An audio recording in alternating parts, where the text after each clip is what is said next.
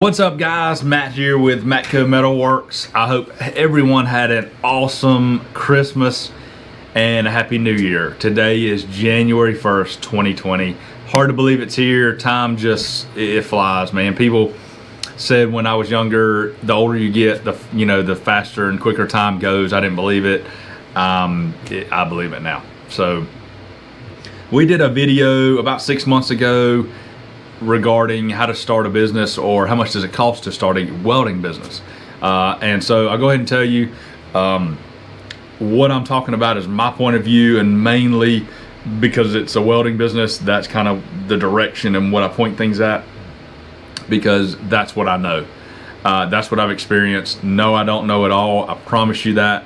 I tell my guys I learn something new every day, every week. I try to learn something. If I can get around old timers, that what I mean by that is guys that have been in the business 20, 30, 40 years, I close my mouth and I open my ears, and I'll make notes. I'll get my phone out. I'll do whatever I have to do to absorb and just act like a sponge when I'm around those guys. There's a local guy here that he's in his mid 70s, late 70s. And he's probably forgotten more than I'll ever know. He has a machine shop. He was in education at a community college in the machining program for 25 or 30 years, and just unbelievable wealth of knowledge. He's got every tool imaginable for machining, all manual. He does nothing CNC, milling. He's got lathes, grinders, surface grinders, horizontal mill. He's got it all. And I love to go in the shop and just watch him work, pick up little tips and tricks here and there. So it's pretty neat to be around those people. I highly suggest, if you don't have anybody that you can hang out with or view or watch, to find some people like that. But in that video, I was kind of telling about what it costs or what it takes to start a business. Once again, mainly referring to welding, because that's what we do. And I've had a lot of comments, questions. I've got emails. That was by far the most popular video we did of 2019. And my goal going through into 2020 now is to do more follow-up videos of stuff like that, to get a little more personal, so you can kind of see or get some answers to some of that stuff. So I kind of jotted just a couple things down as I went through comments the other day, and it was talking about, somebody was asking about college. And we've had people here that have college, and we've had people here that don't have any college, whether they are 20 years old or 35, 40 years old. And so my opinion is it can be good, and it's not really bad, but we've had people that are in a welding program, or they're in a machining program, or they finished it. Some have done test plates for welding certificates. Some haven't. Some have zero training, but they have a lot of on-the-job stuff. One of my best employees I ever had, that if he still lived in this state, would hopefully be working here, but he moved out to Utah, and he had zero welding experience, school experience, but was probably one of the best welders and installers and fastest learners I've ever seen. And I'd love to have him here, but like I said, he moved. So he had no school whatsoever, and I didn't have a problem hiring. I do look at that, but that's definitely not a deciding factor for me. So hopefully that answers your questions. I'm gonna try to be quick about this, because I want to make some of these videos, and I want to keep them under the 10-minute mark, so that way you can kind of get a lot of information in a 10 minutes. So that kind of answers the question about college. Next one was Jacob Hahn. I hope I pronounced that name right. I kind of wrote down names on some of these, but he asked about advertising. We have not spent much money advertising. Yes, we have done some, whether it be local or whether it be through social media. The local stuff I don't do anymore. I cut that out. I don't think I did anything probably the past 2 years. Just because most of our work is not local. We're in a small rural town. Most of our work is at least 30 minutes, sometimes 45 minutes to an hour away. So that's another topic that I'll probably get questions about as far as traveling and stuff like that. So if you got questions, feel free to ask. I'll answer as honest as I possibly can. I don't have anything to hide. So as far as advertising, we've done a little on Facebook, just through like some of the sponsored ads. We did a few of those last year. One thing I've done is actually I did mail outs. When I haven't done it recently, but when I first started, I made a flyer. I went on the computer, did it myself. And that's one thing I will tell you, is try to do everything you can yourself, because it's free. Yes, it might be time consuming. You might be up till 12 or 1 o'clock in the morning doing it, but it's free. You're not paying somebody. If you don't have access to it and you have to go buy a computer or software or something, then yeah, maybe try to get somebody to help you, or if you got a buddy that's good at, graphic design or something. But I made a flyer, I put some pictures on of stuff we had done, and I sent it out to some customers. That was 5 years ago. I'm still working for one of the customers that called me because of that flyer.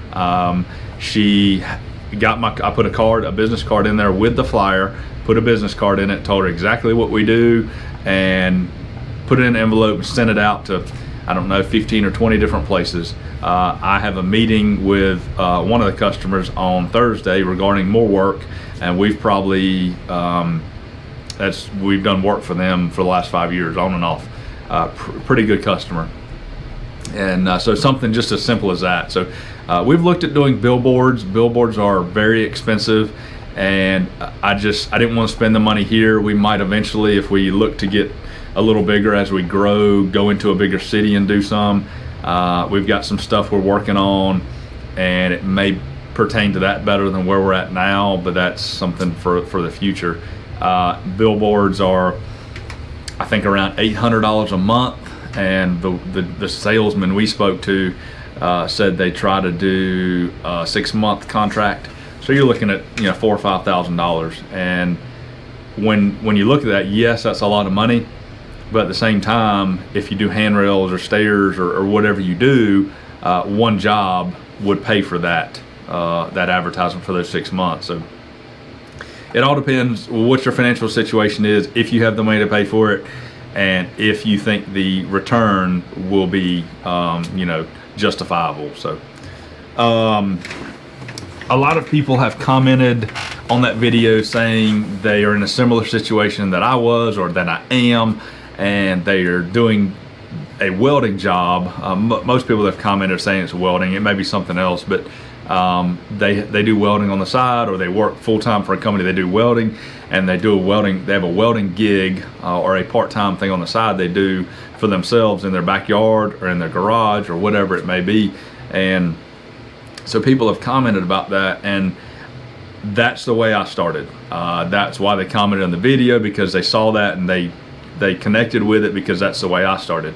I was full-time for a company.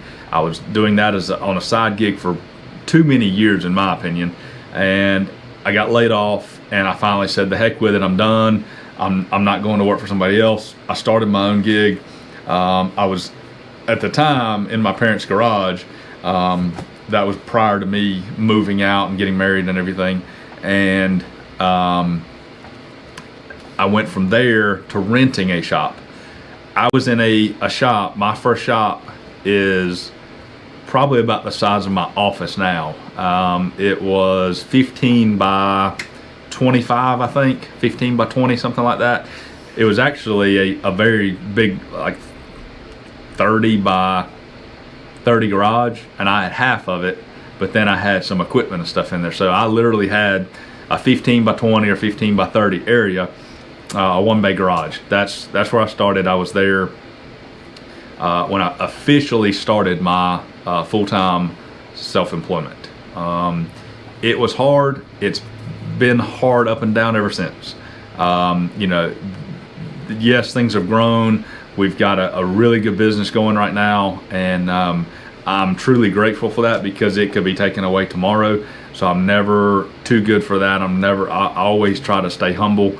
God has truly blessed us, great employees, and that's a whole nother topic. Talking about employees, that's a whole other video. I could talk for an hour probably on employees, things to do, not to do, things to do as a boss, things to do for your employee, whatever. It's just, that would be a snowball effect, and I don't want to get into that right now. But so as far as a side gig, yes, it's great to start that way because it allows you to have guaranteed income compared to not guaranteed income. But just don't get comfortable. That's kind of what I did, and I was making a lot of money because I was making both. And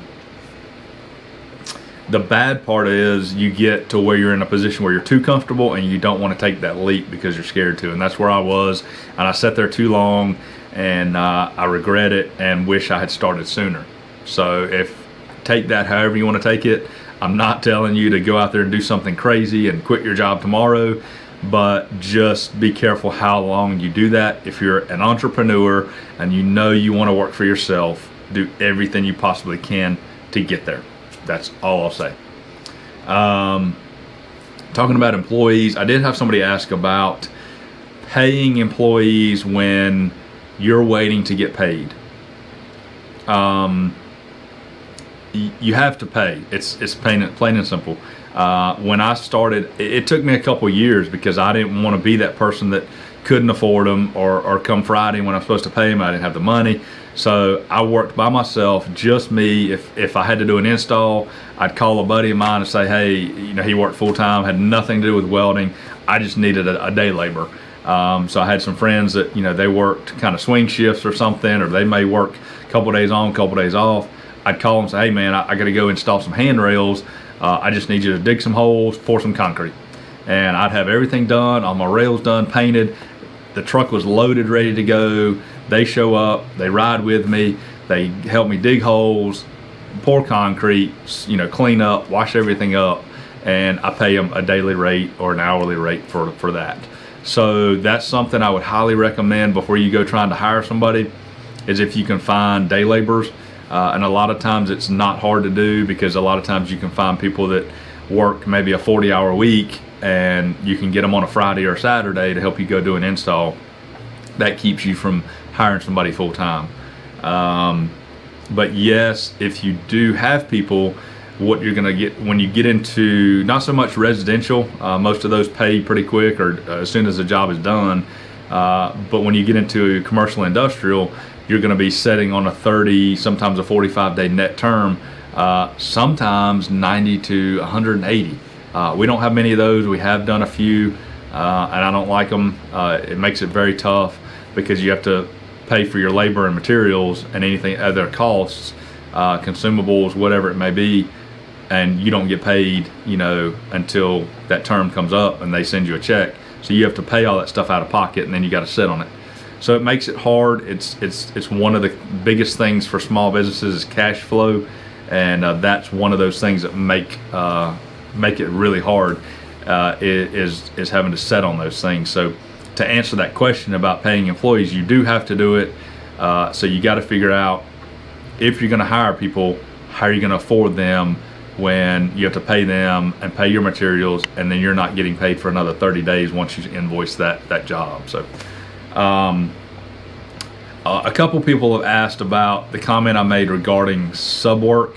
And what I mean by that is, when I first started, we did a lot of sub work for other welding companies. And it's very simple. Go to their office and ask. I'm not talking about coming to like a small company like I am, although we have gotten very busy and subbed out work, but it's few and far between. Most of the time we can handle it, or I get extra work in to, get guys in to do it, or we'll just work extra days and work weekends to get it done. But when I say sub work, what happens is you get these really big companies that they're in the, $2, $3, $4, $5 million plus gross a year companies, and they have 10, 20, 30 employees, and they get so busy because their work is so much on a larger scale. They're concentrating on that work, the large big work that pays lots of money. And so what happens is they get smaller jobs in, or they may need parts built that they can't realistically get to at a decent, in a decent time. So they'll sub that work out, Sometimes it's at a reduced rate. Most of the time they'll actually pay you, you know, a normal rate for it.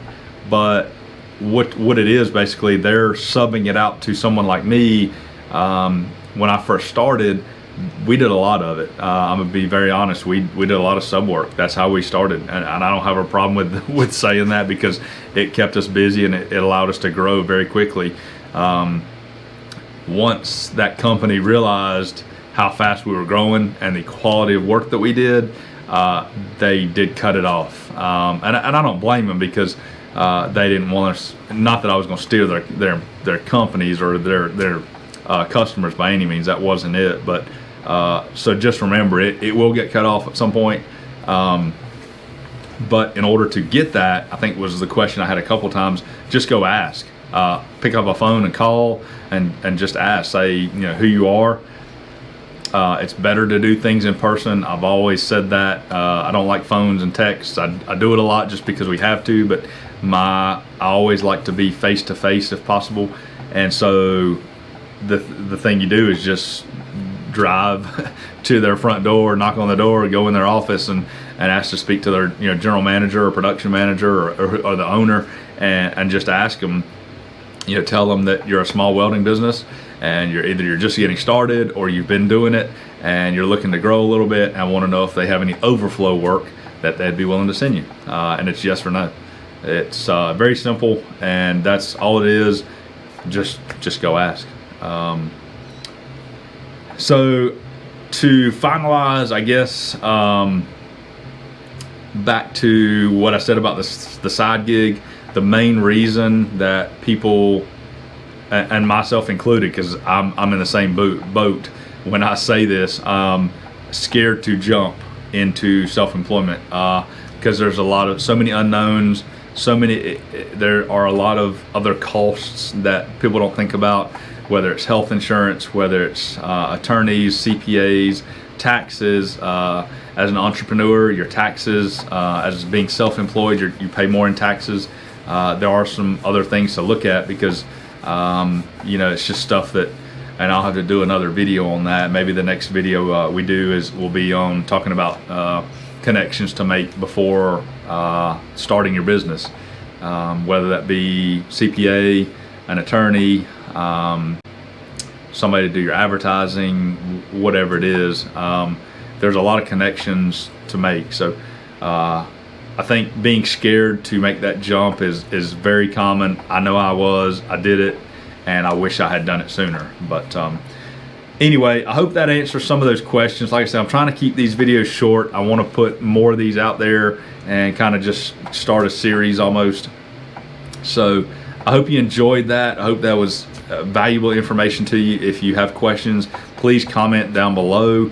And I hope everyone has an amazing 2020. We are excited for some new stuff we're trying and starting to do. I'm really trying to put out some more videos. Quality videos is the problem, and it just takes so much time. So bear with us. If you have any questions, if you want to comment below, you can also email me, and go follow us on social media, Instagram and Facebook, and you'll see what we're doing on a day-to-day basis. I try to post something every day or every other day, and you'll kind of see some of the cool stuff we're doing. So hopefully everyone had an awesome Christmas, a happy new year. Like, subscribe, and share, and we'll see you soon on the next video.